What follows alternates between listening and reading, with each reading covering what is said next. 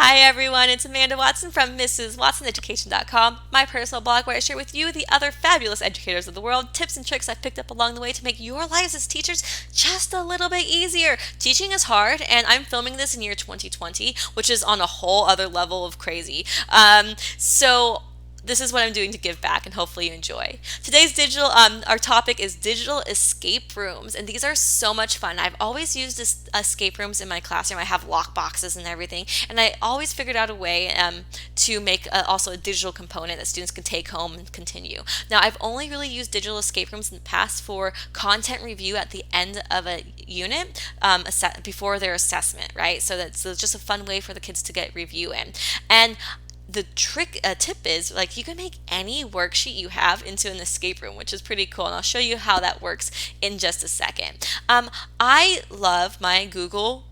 You know that if you watch any of my other YouTube videos or follow my blog. I use a lot of Google tools for my planning and for my instruction creation. So I'm going to show you using Google Forms how to make the escape room, which will look like this. But it's very similar to Microsoft Teams. They're very, very comparable. So you can do both. It's the same idea. And I'm going to show you at the end another way people have been starting to make these, which I think is really cool. I'm not really into it. I like my Google Forms for a few reasons, which I'll outline, but it's a pretty cool way anyways. So escape rooms, what are they about, right? So it's basically a set of challenges or questions that you give to students that they have to answer in order to correctly in order to get to a new level. So it's great because it's a self-graded assignment. They can't get to the end until they finish what solve the problems correctly, which is great. I've used these in my physical classroom, like I said, at the end of a unit, so I could have my students that are more advanced, that don't need one-on-one attention, to do the content in the escape room, to be doing that on their own devices or devices I can use for my classroom for the day because they're not one-to-one, while I work with small groups with other students. I think that's a really valuable piece right there. So let's kind of look at how that starts. Going to my drive, I'm just going to show you go into Google Forms right there. It's going to set up a blank form. If you don't know how to do that, I have a whole other tutorial on Google Forms. I'll link it in the blog so you can click to it to see kind of how I get some of these editing features. So the first thing right off the bat, you're going to get your name information so that you can kind of see who's doing what. I don't grade my review forms or my review escape rooms. They're just purely for fun. But if I'm doing I might be doing escape room for the beginning of the year for like my meet the teacher first day of school, where I do like a video of myself where they can watch it and see and answer questions just to get to know me, and then about my classroom policies and about lab safety. So I think it's just a fun way to make questions into something more active for the students. So you're going to do that, and I'm going to show you right now just really quickly. Some people might be watching this and say, well, I'm not a Google district, so I'm going to have to figure out how to do it on Forms. And it's great. They're so comparable. It's really easy. But you don't have to. If you're a Google person like me, so I went to the settings, if you don't hit collect email addresses or don't hit require sign in to limit to one response, the students will not be asked to enter any kind of Google account information to continue on with the form, because it's just going to be like a survey that you get in your email that they click through. So that's just a little peace of mind. Google Forms are also really like phone friendly because they're formatted that way. So I find a lot of students will do these on the bus on their way home because they're frustrated they didn't finish it in class. So that's kind of a nice little just heads up there. So I'm going to go in, and I made my first section, which is just the name, my contact information. Then I'm going to make a second section. So you can think of the sections and you add them right here as like the physical rooms that they'd escape from. Now, I've seen teachers that do very, very creative escape rooms where they have like whole storylines like, oh, I was stuck in the chemistry lab and someone escaped and the mouse had got like into a crazy, chemical reaction. I don't know. And they do some really cool storylines. I don't have the creativity for that, so I just do questions with answers in a cool way, and they still love it. So if you go creative, they're going to love it even more. But there's a variety of ways you could pose questions to get to your code that they have to escape from. So you can see here, you write your 4-digit code, and unless they get it right, they can't move on to the next level. So I've seen people do videos.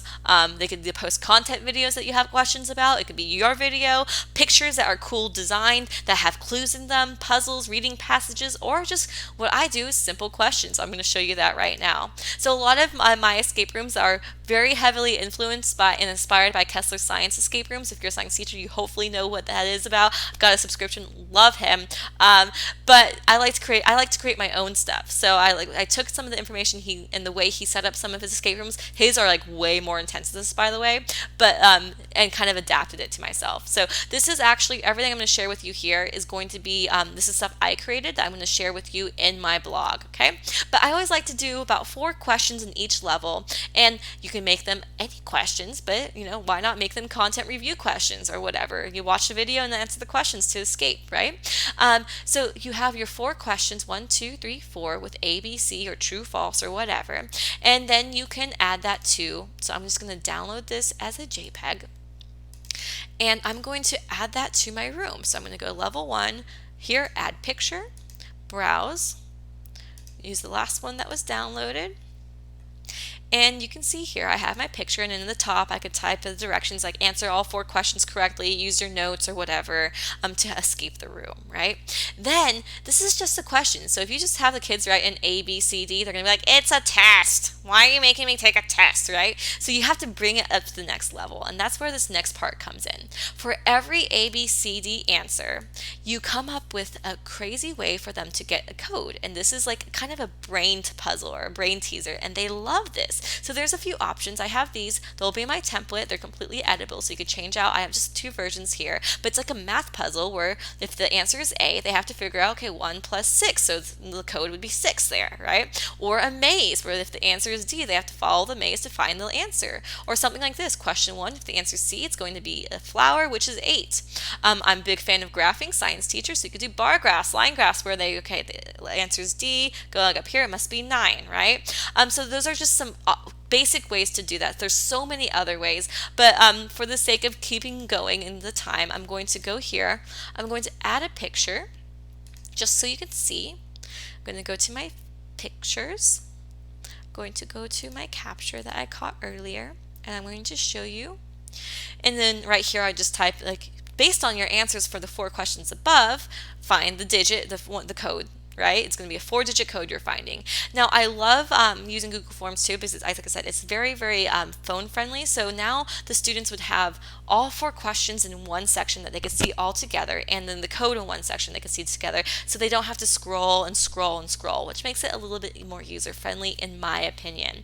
Now at the very bottom you're going to have your next question. So if you haven't done this already, when you make a form, you need to go into settings, and you need to make it a quiz. If it's not selected as a quiz, you won't have these options, so make sure it's a quiz. And your last question of the section is going to be write down your 4-digit code to unlock the door. Now your 4-digit code, so I just went to add question short answer. Your short answer can be a whole bunch of different varieties. Okay, make sure it's required or else they could skip through it. And it could be a text, so you can make sure if it's the word escape, I'll show you where that would be. You could add little clues. Numbers, so if the number is greater than, well, I don't want greater than, I want the exact number. So it's going to be equal to, let's say 1, 2, 3, 4 is the code. Now, the one thing I found that isn't on Microsoft Form is this custom error text, which I like to use to help my students. So I could say, try again, no spaces between numbers. And if the student put in the wrong number, put 1 space 2, then they'll know, oh, okay. And I'll show you what that looks like. So if I go up to the top, oops, if I go up here, go into view mode, so I'm going to see what it looks like for a student, and this is what they'd get. They have to write their name, first name, last name, the period, and I like to have all that information to sort it, even though I don't grade review escape rooms, but maybe for the get to know you escape room, right?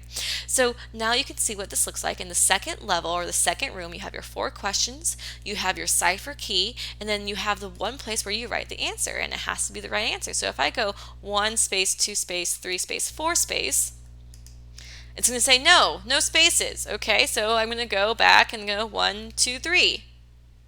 And it's not going to let me move on until I get the right code, and you can see it switches automatically. And yay, now I'm in level 2. So now that I showed you that, I'm going to show you another way to do this. So if I have advanced gifted students, so this is really, I love this version because now they have to not only get the answer right up here, but they have to get the answer right here as well and have to combine it. And this way doesn't show them which one's wrong. And I don't know how many times a kid comes to me like, Mrs. Watson, can you tell me if I got question 4 right? I think it's right, but I don't know. And if it's wrong, then and I'm getting the number wrong here, and I just don't know where to go. And I'm like, nope. And it drives them crazy, but it really makes them really look at every single answer correctly. And then finally they figure out like, oh, I picked the wrong letter. Ugh. And like, it's so funny. Now, if I have support students or students that need more accommodations, I might not do it that way because, they need a little bit more support, and that's just too much. I have a girl that she's like, I'm so triggered right now. I'm like, oh, you're fine. She was just being dramatic, but because she was so intense into the escape rooms. So I'm going to show you in this next level. It's level 2. It's the same questions. Instead of taking a picture of the questions like this, you could just type them in as a specific question. So that's what you do.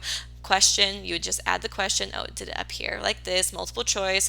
I'm not going to add it right there, but you can see I did the same thing, put the answers here. So you would do in the answer key, you'd pick the answer that's correct so that it's correct. And this gives the students some feedback. So as they're going through, once they get to the end, it will tell them which ones they got right or wrong and let them kind of know a little bit more. Like, okay, I only need to focus on question 4.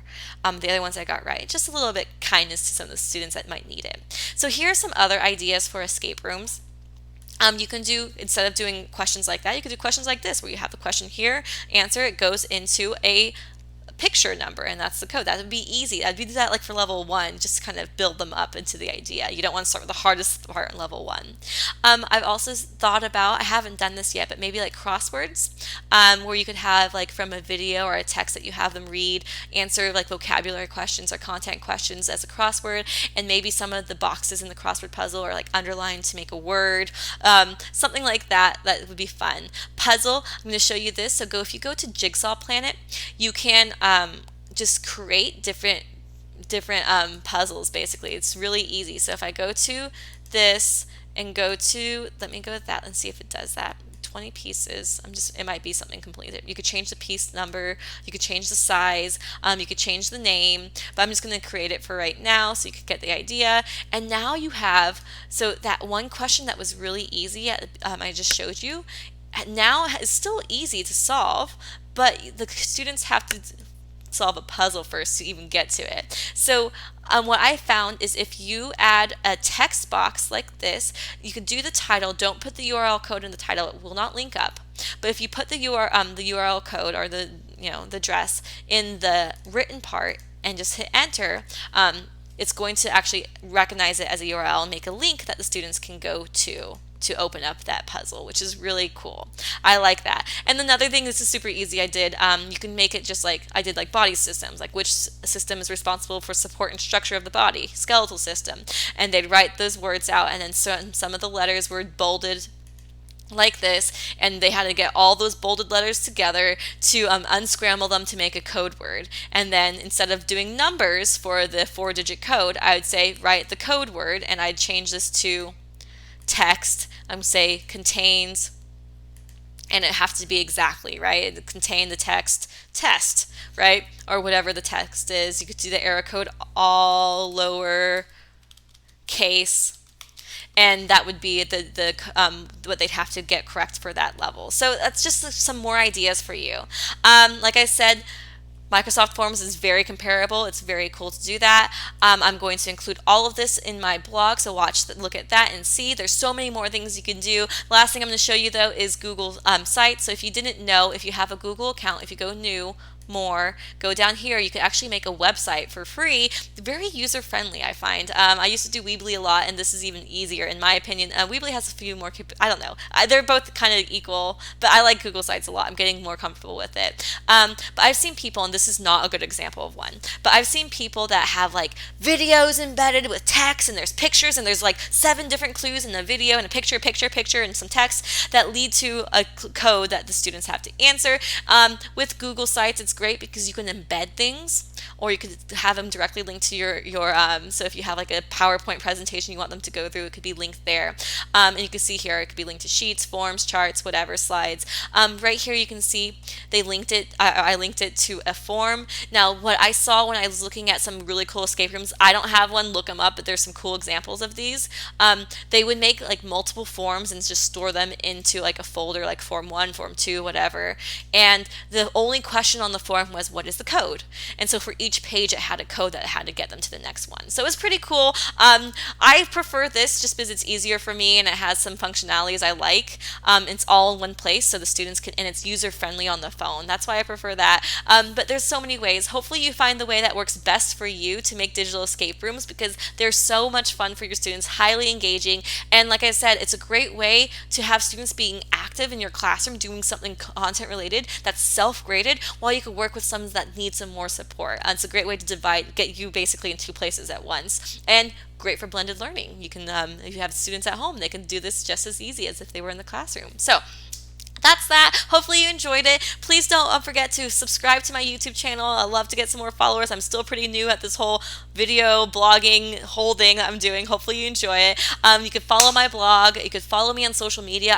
I have pretty active participants that are growing more each day. I like to stay connected to you. So let me know what you think, and hopefully you enjoy. Thank you. Bye.